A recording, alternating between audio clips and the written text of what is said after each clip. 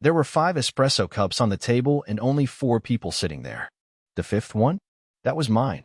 The one I left behind when I slipped out the door and tried not to pass out in the alley behind the cafe. They didn't notice it. They didn't notice me. She was too busy whispering to the guy with the rolled-up sleeves. He was leaning in so close I thought he might just tuck her hair behind her ear right there in public. I remember staring at her hand as it brushed his knee and thinking, not screaming, not panicking, wait, that's my wife's hand. But let me rewind. It started with a text, just a dumb, innocent little text. Team huddle again this morning, baby. Gonna be a long one, downcast face with sweat. I even texted back a good luck gif. You know, to be supportive. The kind where a cartoon cat throws confetti. I had no plans to be anywhere near her office. But when my dentist canceled last minute, I thought I'd surprise her with her favorite scone from that cafe 2 blocks from her building. She mentioned it a dozen times before. That place does the best morning vibe. Our team always meets there. So I walked in, bag in hand, heart dumbly light. And that's when I saw them. Not 4 coworkers in a circle of laptops and coffee. No. This was more like a table at a bachelorette brunch, jokes, giggles, and side glances. And there she was, Brenna, right in the center. No laptop, no notepad, just her flawless blazer, and that guy, the one with the espresso-stained grin. I ducked into the seat behind them like a coward. My body moved faster than my brain. The scone was still in my hand. That's when she said it, just loud enough to slice through the jazz music playing above. He's sweet. You know? Like a houseplant you feel guilty throwing out. You water it out of habit. They laughed. Not chuckles. Laughed. Like she was a stand-up comic on a sold-out stage, and I was the punchline. Another voice chimed in, a woman. Probably the one with the pixie cut. So when are you finally gonna pot that plant in someone else's apartment? Then he spoke. You know my couch is open. Always has been. And he winked. She didn't even flinch. She sipped her drink and smirked. The kind of smirk she used to give me after late-night ice cream and Netflix binges. The kind that said, I know I'm trouble and I know you love it. Only this time, it wasn't for me. Thursday nights, she whispered. He thinks I go to Pilates. More laughter. And just like that, I couldn't hear anymore. Not because the cafe got loud. My body simply shut off the sound, like it knew if I kept listening, something inside me would never come back. But I didn't leave. I couldn't. I sat there, hand on a paper bag filled with a still-warm cranberry scone, wondering when exactly I became the plant. And why she never told me she was done watering. I must have sat there for 15 minutes without moving. Not drinking, not breathing, not blinking. Just staring at the edge of the table where her fingers kept tapping, red polished nails drumming softly like she was bored. Like this whole thing wasn't a betrayal but just another Tuesday. I replayed her words again and again. The houseplant thing. It didn't even feel real. You think when something like this happens, your heart would explode or your body would go into fight or flight. But for me, it was more like I melted. Like someone poured warm dishwater over every inch of who I thought I was. I didn't feel anger. I felt erased. She had moved on without telling me. Quietly. Strategically. Like someone switching phones and not giving the new number to their old friends. I was living beside a version of her that had already locked the door behind me in her head. She just hadn't said it out loud yet. Maybe she never planned to. And then came the worst part. She leaned in close to the guy. I think I heard someone call him Dorian, and whispered something that made my throat close up. Last Friday, when I told him I was volunteering late, I was actually here. With you. At this very table. She even tapped it. This table. The one I was sitting behind. One thin wall of a potted plant separating me from a version of my wife I didn't even recognize. Dorian smiled. He had that smug, victorious look, like someone who just stole your umbrella and then told you it was raining. I figured. You had that post-light glow again. He really doesn't suspect anything. Brenna leaned back and exhaled through her nose like she was exhausted. Nope. He's too wrapped up in his project? He's designing book covers for indie authors now. Said one of them paid him in Bitcoin. She rolled her eyes. I married a coupon. They laughed again. And that's when something in me cracked, not snapped, not exploded. Just cracked. Like a window pane hit by a pebble. Quiet. Spreading. Because the thing is, she wasn't wrong. I was that guy. The one who believed in small dreams, who tried to stay optimistic even when clients ghosted me, who brought her peppermint tea on the night she said her stomach hurt, who scheduled couples massages on our anniversary even when she forgot the date. I was never flashy, never dominant, Never someone people stared at when I walked into a room. I was just there. But I didn't think being there meant being invisible. A server walked by and asked if I wanted anything else. I shook my head. My hand still clutched the bag with the scone, now smashed and probably cold. I looked at the exit, but I couldn't stand up. Because the next thing Brenna said buried me deeper than anything else that morning. He thinks we're trying for a baby. Dorian raised an eyebrow. She nodded. I let him believe it. He's been taking vitamins and tracking ovulation with me. I even faked a test once. Told him it was a false positive. You should have seen his face. I swear, he teared up. Damn, Dorian muttered. That's dark. She shrugged. Well, he wants something real. I'm just giving him a fantasy to keep him quiet. I felt the blood drain from my body. Not from my head, from everywhere. Because that part wasn't just a betrayal. That was cruel. Intentional. She weaponized my hope. My desire to build a family with her. She didn't just cheat on me, she let me dream out loud so she could watch it fall apart inside. I stood up, finally, though my knees were weak and my spine felt like it was held together by tape. I didn't confront her. Not yet. I walked out slowly, like if I moved too fast, I'd come apart. I left the cafe without even tossing the scone. I carried it home with me like a stupid souvenir from a marriage that apparently only existed on my side of the bed. At home, I sat on the floor in our hallway and stared at the framed photo of us at the Grand Canyon. She was wearing that same laugh, the one she used on Dorian. Back then, I thought it was for me. I still haven't said anything. She came home that evening like nothing had happened. Kissed me on the cheek, asked about my day, said something about the water bill. And I nodded, smiled, played along. Because now I need to know, how deep does it go? And more terrifyingly, how long have I been the only one who didn't know I was living in a story she already rewrote? That night, I couldn't sleep. Not even a minute. I lay there next to her, staring at the ceiling fan spinning in slow motion, pretending my chest wasn't caving in every time she shifted under the sheets beside me. She kept murmuring in her sleep, something soft, unintelligible, probably nothing. But in my head, I convinced myself she was whispering his name. Dorian. That name repeated itself in my brain like a splinter under the skin. I knew what he looked like now. I could picture his smirk every time I closed my eyes. The same smirk I saw when she joked about faking a pregnancy test. It played like a loop, each rotation scraping deeper into my gut. The hardest part wasn't just hearing it. It was seeing her the next day like nothing had happened. She sat at our kitchen island eating yogurt and scrolling on her phone while I stood there pouring coffee with hands I couldn't stop from trembling. She looked up at me and smiled. That soft, lazy smile I used to crave. Do you think we should try that place near the lake this weekend? She asked. You know, the one with the fire pits? I stared at her for a second too long. The fire pits. The one she said would be perfect for a baby moon when we finally got pregnant. I nearly laughed. My mouth twitched, and I had to cough just to mask the bitterness clawing up my throat. I mumbled something about checking the weather. She nodded and went back to her yogurt. The entire morning, I watched her like she was some stranger wearing my wife's skin. Her every gesture, brushing her hair behind her ear, humming while she put on her shoes, felt rehearsed now. Like I'd been watching a play and suddenly discovered the actor hated me off stage. She kissed my cheek before leaving for work. I let her. I stood frozen on the porch as she walked to her car, keys jangling, her bag bouncing against her hip, and I swear I saw her smirk before she got in. By noon, I couldn't take it anymore. I opened her laptop. I know that sounds bad.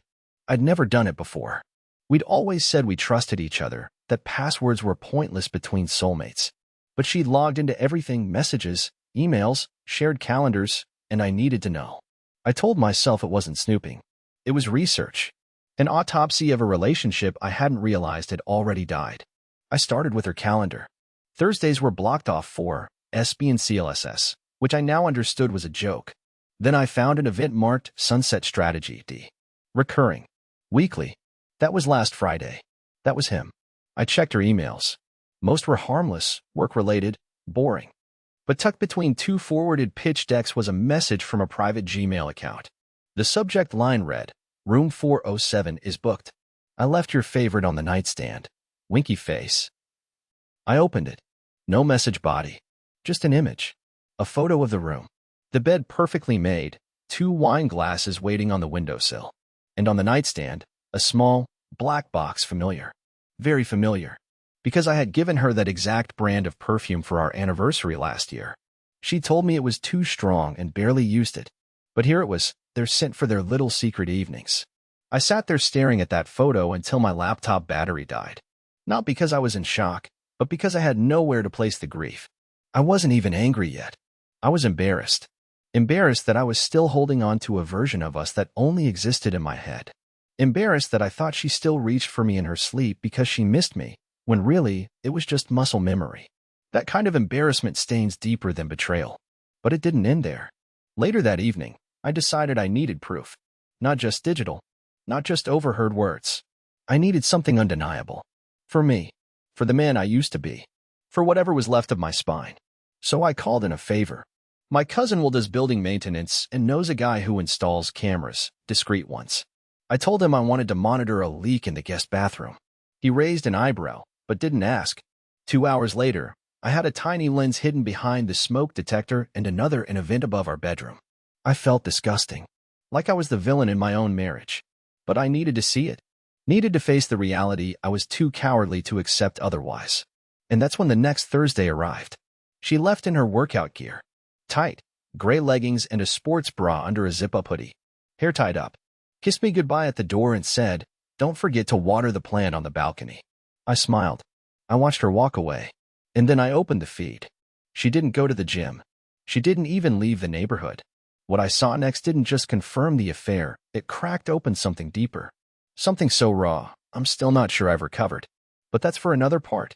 The camera feed loaded slowly. My laptop, already 3 years outdated, coughed and clicked as if even it didn't want to see what was about to come through. I sat hunched over, the curtains drawn tight, every light in the apartment off except for the dull glow from the screen. The cursor spun. I held my breath. Then the hallway appeared. There she was, Brenna, slipping through the front door again less than 15 minutes after she'd left. She wasn't carrying a gym bag. She didn't even bother to wear sneakers. Her shoes were low heels, stylish but quiet. Her hoodie came off the moment she stepped inside, revealing a black silk top. Thin straps. No bra. I watched as she tossed the hoodie onto the couch like she owned the place, like she hadn't just told me she was headed to Pilates. She moved with a kind of casual confidence I didn't recognize. Like she'd done this before. Many times. I kept watching, afraid to blink. Then came the knock at the door. 3 short taps.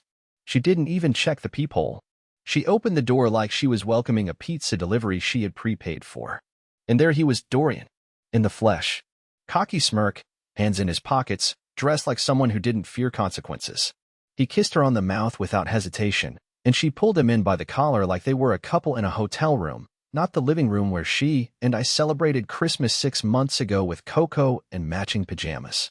I muted the audio, not because I was being kind to myself, but because I knew what would come next. Words would only make it worse. Their laughter. Her giggle.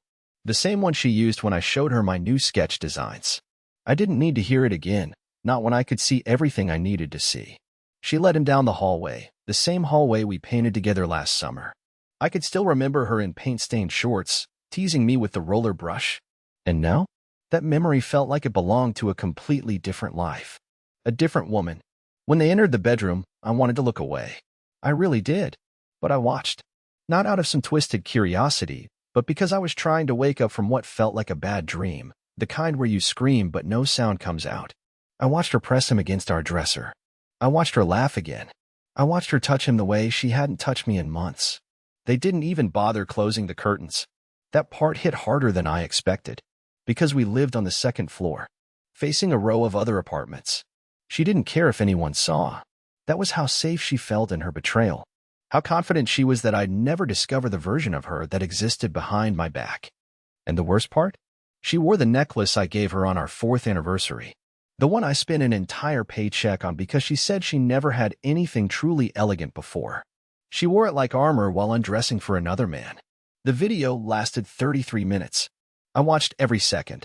Not because I wanted to, because I had to. I needed to burn that fantasy of who she pretended to be straight out of my soul. When it finally ended and he left, she didn't look guilty. She looked relieved, like a woman who had just taken her shoes off after a long day. She poured herself a glass of wine, curled up on the couch, and scrolled through her phone until she fell asleep. In the exact spot where we'd once planned to pick baby names. I sat motionless for another hour, unsure of what to do. I had evidence now. I had clarity, but what I didn't have was direction. Was I supposed to scream? Cry? Leave? Call a lawyer? I felt paralyzed, as if the version of me that could make a decision had been surgically removed when I watched her lie to my face every morning. At around 2 a.m., she stirred in her sleep, still alone on the couch. She looked toward the hallway, maybe sensing I was up, but didn't get up. Just yawned, turned on her side, and let out the softest little sigh. That sigh used to be my favorite thing in the world. I used to fall asleep waiting to hear it, knowing it meant she felt safe, loved, home. But now I knew it didn't mean any of those things. That sigh belonged to someone else now. I closed the laptop, and for the first time in weeks, I cried. But not because I lost her.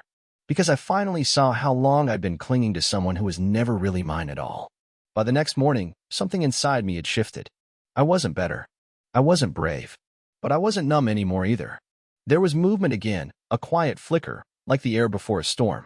I got out of bed without waiting for her to stir. I didn't kiss her forehead like I used to. I didn't ask if she wanted toast. I just left. Walked out the door into the chill of the early morning like I had somewhere to be, even though I didn't. I ended up at the lake, the one we used to visit before the city swallowed our time and money and energy. I sat on a bench for 2 hours with headphones in but no music playing. I just needed something to make it look like I was listening to anything other than the tornado inside my head. I kept replaying the moment she smiled at him in our bed. Not the act. That was horrible, sure, but it was the smile that broke me. Because that smile used to belong to me. It was the one she wore when we danced in our socks in the kitchen, or when I accidentally burned pancakes and she pretended to like the crunchy edges anyway. It was ours. And now it was just another borrowed thing she handed to someone else without thinking twice. So I made a decision. I wasn't going to yell. I wasn't going to throw anything. I wasn't even going to tell her what I knew. Not yet. Instead, I would wait. Watch. Let the mask slip on its own.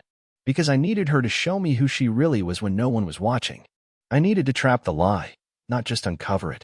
That same day, I started documenting everything. Quietly. I bought a burner phone. I copied all her texts. I took photos of the calendar entries, screenshots of emails, even captured footage from the cameras and backed it up to a cloud folder she couldn't access. Every lie had a timestamp. Every betrayal had a file name. I started noticing patterns. Every Thursday, he came over after she left and slipped back in 20 minutes later. Every other Friday, she forgot her charger at work and didn't get home until after midnight. She was living 2 lives, and I was the audience member in the wrong theater. One afternoon, I caught her humming in the kitchen. It was a melody I didn't recognize, upbeat, something from a song I never heard her play. She was twirling a strand of her hair around her finger while waiting for the kettle to boil. I asked her, as casually as I could, "What's that tune? Kinda catchy." She looked up, startled. "Oh, nothing. Just something from work. One of the girls plays it all the time." But I saw it in her face. The crack. A tiny twitch in her brow, just enough to tell me it wasn't from work. Later that night, I Shazammed a hum from memory. It was a song called Second Best by some indie band. I looked up the lyrics. It was about a woman juggling 2 lovers, one for comfort, one for passion. It ended with the line, "He's too kind to know he's not my choice, just my shelter." I nearly threw my phone across the room. I didn't. I needed it. But that night, as she slept, I whispered the lyrics to myself and stared at her back. I don't know if she heard me. I kind of hoped she did. Then came the envelope. I found it 1 week later, wedged under a stack of unopened mail on the hallway console. It had no stamp, no return address. Just our last name scribbled in a rush across the front, Reynolds. My fingers tingled as I opened it, something in me already knowing this wasn't just more pain, it was confirmation. Inside were printed screenshots. Dozens. Messages between her and Dorian. Photos. A booking confirmation for a hotel suite under a fake name, Mr. and Mrs. Dane. The date was last Saturday. The same night she told me she was volunteering at the nonprofit she used to support. There was even a note scribbled at the bottom of the printout. "You don't know me, but I figured you should know who sleeps in your bed." No signature. No explanation. Just that. I checked the camera feed. Sure enough, last Saturday she'd left in jeans and a flannel and came back 4 hours later in a different coat, carrying heels in her hand. She wasn't even careful anymore. The arrogance in that, it made my blood boil, not with rage, but with realization. She wasn't just cheating. She was practicing for a life without me. Training for it.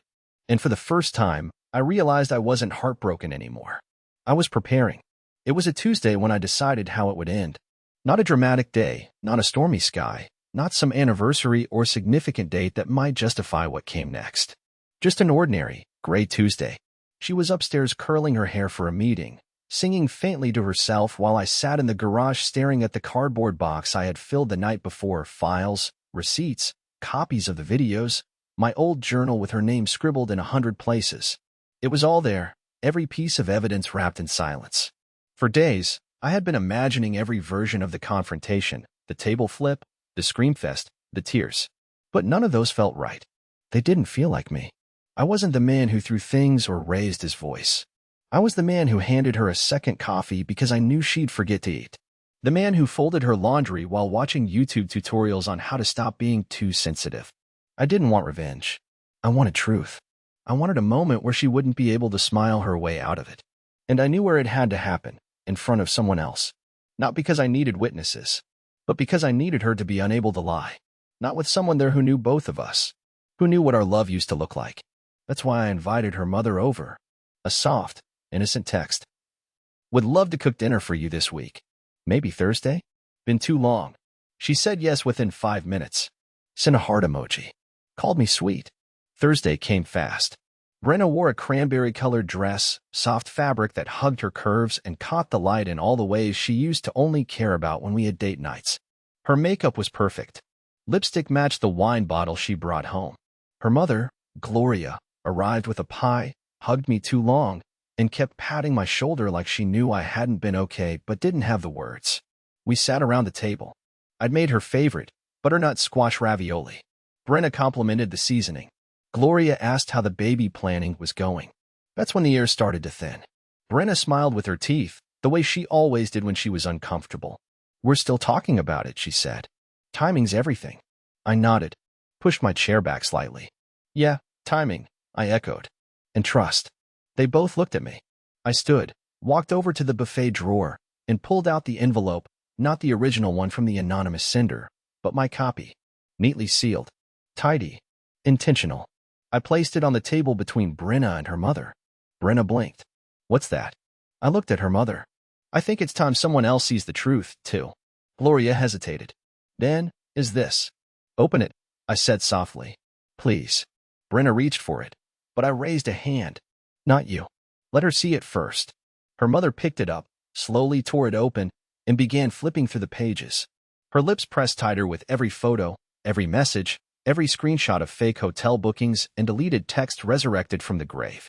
And then she saw the photos. The ones from our bedroom. From our home. Her face collapsed. She said nothing, just stared at her daughter like she didn't know who she was. Brenna stood up abruptly. What is this? You went through my stuff. I didn't flinch.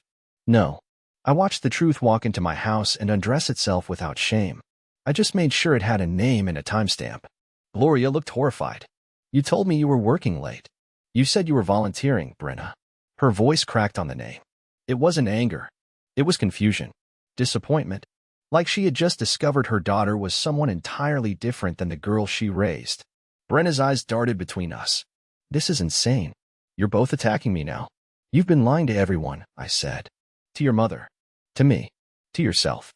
She laughed, that sharp, brittle kind of laugh that people use to hold back a scream. Oh, so now you're a victim? You? The man who couldn't even keep up with my life for the last 3 years. I tried, I whispered. God, I tried. I didn't need to keep up. I just needed you to slow down. She went quiet. And then Gloria stood up, pressing the papers back into the envelope like they were radioactive. She didn't speak to Brenna, didn't look at her, just walked out the front door with shaking hands. The silence that followed was endless. Brenna looked at me like she wanted to say something, an apology maybe, or another lie. But for once, no words came. I turned and walked to the bedroom.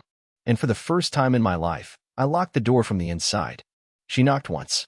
Then again. I didn't answer. Because it was the first night she realized she had finally lost something she thought would always stay. The next morning, the house was so quiet it felt hollow, like all the sounds had packed up and left with her dignity.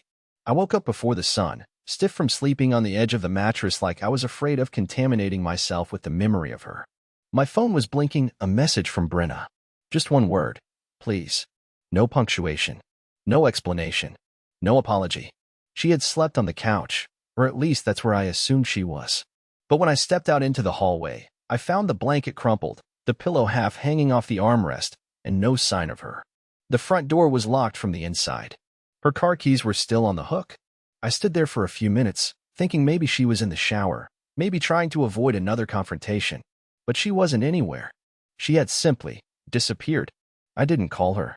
I didn't even try. Instead, I sat at the dining table and opened my laptop. The surveillance software loaded without a glitch. I skimmed through the timestamps, scrubbing the footage from the middle of the night. And then I saw it, 3:43 a.m. She was standing by the fridge, wearing one of my t-shirts, crying. Not dramatic sobbing, just leaking grief. Quiet, constant. She pulled the same envelope from the trash and opened it again, going through each page with shaking hands. Her lips were moving, mouthing words I couldn't hear, probably rehearsing excuses that she didn't have the courage to deliver. She looked toward the hallway, then did something I hadn't expected. She took out her phone, hit record, and started filming herself. I scrambled for the audio the camera's mic feed. I boosted it, filtered out the hum. Her voice came through, raw and low. Then, I don't even know where to start. I guess. I never thought you'd find out. That's the worst part. Not the cheating, the assumption that you'd never see me clearly. She paused, wiped her face. I don't love Dorian. I don't even like him. He just made me feel wanted, which I know is a coward's excuse. But I didn't think you saw me anymore. You were always working, always tired, always in your own head. And I was lonely. And I blamed you. She swallowed. But that's not fair. Because I never asked you for anything. I just went somewhere else to get what I needed. And now I see how much damage that cost. And it's mine. It's all mine. She ended the video and just sat on the kitchen floor for a while, hugging her knees, rocking like a child. I felt nothing watching her cry. Not satisfaction, not vindication, just silence. Cold and deep and final. When I closed the laptop, the room felt darker. Not literally, the sun had already started to rise, but in that way light feels cheap after something sacred has been broken. By noon, she returned. Quietly. No drama. She walked in like a tenant afraid of eviction. She didn't say hello. Didn't ask if I had watched the footage. She just stood there, holding her phone in both hands like it was the last thing tethering her to this world. I'm leaving, she said. I said nothing. She looked around the room, at the walls, the plants, the furniture we chose together, the art prints she hated but let me keep. I'm not asking for forgiveness. I'm just letting you know. I'll be out by tonight. Still, I didn't speak. Not because I was trying to be cold, but because my voice felt trapped under a pile of unspoken memories. What do you say to someone who played you like a part-time character in their private movie? She nodded, like she understood. Then added, I left the passwords. To everything. No games. No hiding. I don't want anything but a clean break. I almost laughed. Now she wanted things clean. By the evening, the house had changed. Her makeup was gone from the bathroom. Her perfume was absent from the hallway air. The pile of scarves she never wore but insisted on hanging in the closet had vanished. It felt surgical, precise, fast, devoid of ceremony. All that remained was a folded note on the dresser in the guest room. I know I destroyed the best thing I ever had. Don't let this ruin the best parts of you. You were always too good for me. I just couldn't admit it. No name. No apology. No plea to try again. I folded the note and dropped it into the drawer with the spare batteries and tangled chargers. It belonged with things no one ever used but couldn't quite throw away. Then I stood in the empty bedroom. The silence was no longer suffocating. It was liberating. But there was one thing left to do. Because before she left, she made one last mistake. And it was waiting for me in a locked folder she never thought I'd find. The folder was named archive_DND, buried inside a maze of synced cloud backups, old work presentations, and half-finished draft emails. She must have thought I wouldn't find it. Or maybe by the time she considered deleting it, guilt had already made her too tired to clean up after herself. Either way, it was there. Untouched. Waiting. I hesitated before opening it. I don't know why. Maybe because part of me thought I'd find more pain, more videos, more texts, more proof that I had been nothing more than a placeholder. But when the folder opened, I found only one file inside. A single voice memo. It was titled with a date. The date of our 7th anniversary. I sat down slowly and pressed play. Her voice came through, low and unsure. She sounded younger, even though it had only been 2 years ago. I don't know if I'll ever send this to you, Ben, she said. But tonight, when you surprised me with the picnic under the porch lights, with the drawings you made of our first apartment, it broke me. You were so good, so present, and I felt undeserving. Like at any moment you'd realize I was just pretending to be the kind of woman who could meet you at your level. She paused. I could hear her sniffle. I get angry at you sometimes. Not because you do anything wrong, but because you make it harder for me to justify the way I feel inside. Like I don't belong here. Like I'm some imposter in a life I didn't earn. Then silence. Then, softly. I think I might ruin this. I hope I don't.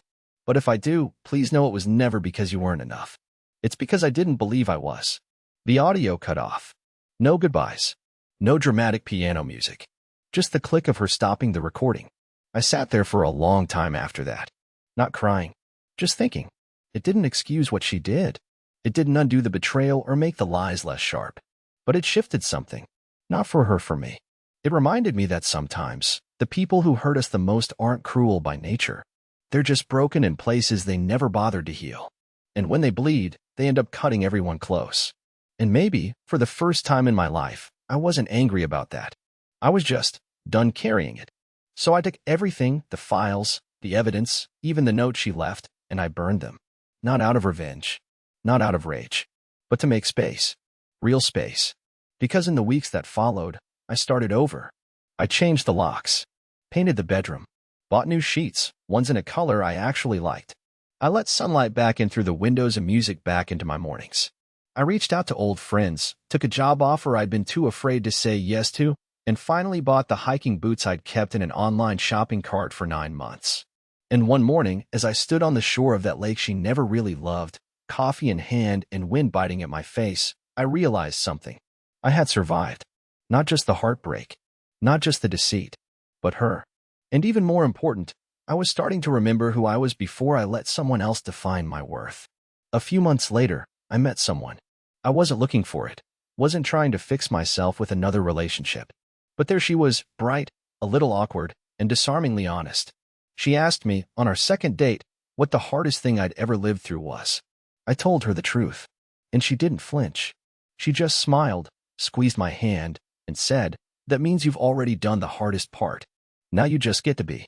And for the first time in a long, long while, I believed that.